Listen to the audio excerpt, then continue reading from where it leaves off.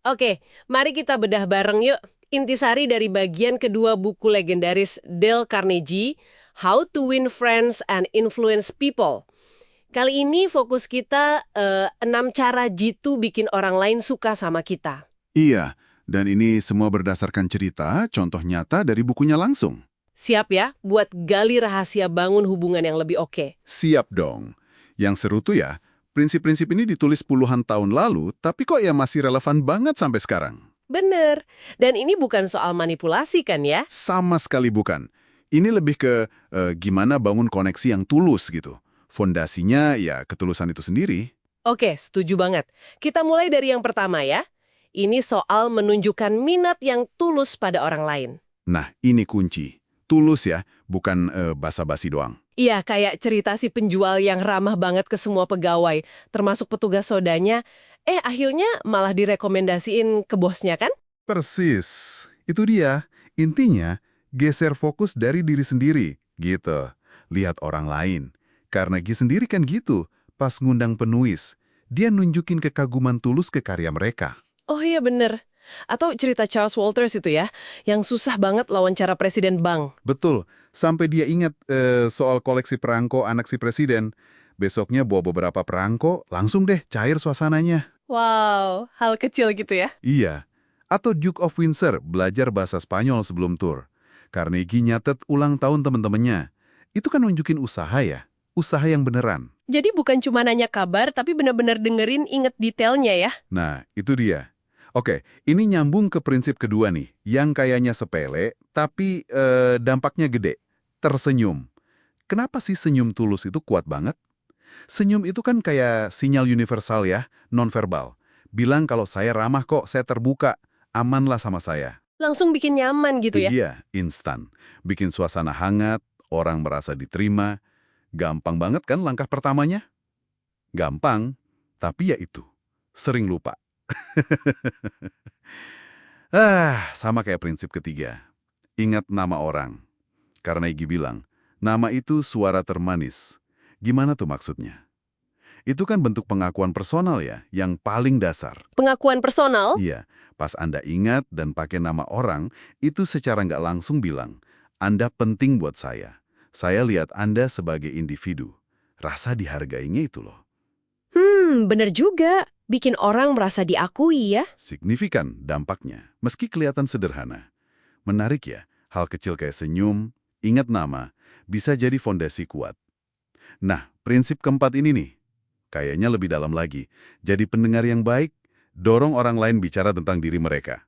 Wah, ini kunci banget. Theodore Roosevelt katanya selalu riset dulu ya soal minat tamunya, biar bisa nanya dan yang penting, dengerin. Betul.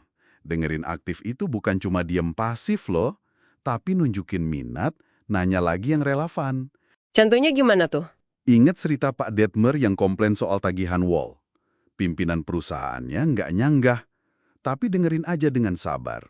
Ngakuin mungkin ada salah, terus bilang makasih udah ngasih tahu. Terus gimana hasilnya? Hasilnya, pelanggannya jadi tenang. Malah nambah pesanan. Dengerin itu bisa meredakan konflik, nguatin hubungan. Wah, keren banget contohnya. Dengerin aktif bisa ngubah dinamika ya? Banget. Ini nyambung banget sama prinsip kelima. Bicara sesuai minat orang lain. Kalau tadi kita dorong mereka cerita, sekarang kita arahin obrolan ke topik kesukaan mereka. Nah, iya. Mirip tapi beda fokus dikit. Kayak cerita William Lyon Phelps waktu kecil itu kan? Diajak ngobrol soal perahu sama tamu pengacaranya. Tepat sekali. Si pengacara ini pinter. Dia tahu cara terbaik buat nyambung sama Phelps kecil yang masuk ke dunianya dia. Ngomongin perahu yang dia suka, walau mungkin si pengacara nggak peduli-peduli amat soal perahu.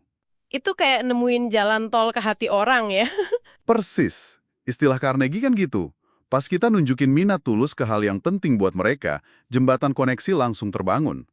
Kayak Edward Califf itu. Mulai obrolan nanya soal cek $1 juta yang dipajang.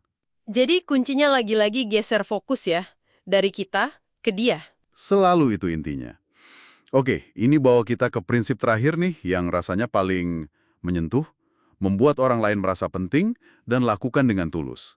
Bukan menjilat ya, tapi apresiasi jujur. Betul. Beda tipis, tapi kerasa banget bedanya. Pujian kosong itu gampang ketahuan, malah bisa jadi bumerang. Nggak tulus gitu ya? Iya.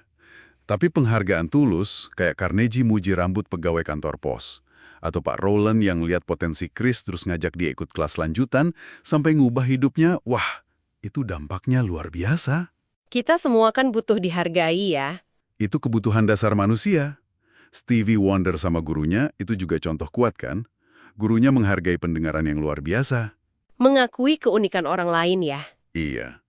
Memberi apresiasi tulus. Bahkan buat hal kecil kayak bilang makasih atau tolong ke pelayan restoran aja, itu bisa bikin perbedaan besar loh. Jadi kalau dirangkum nih ya, keenam prinsip ini, minat tulus, senyum, ingat nama, dengerin aktif, bicara sesuai minat mereka, dan bikin orang merasa penting. Semuanya balik ke satu ide utama. Kurangi fokus ke diri sendiri, banyakin fokus ke orang lain.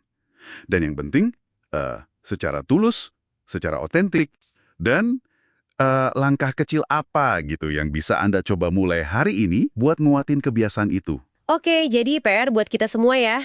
Itu dia penelusuran kita kali ini tentang cara Jitu membangun hubungan baik ala Dale Carnegie. Sampai jumpa di penjelajahan berikutnya.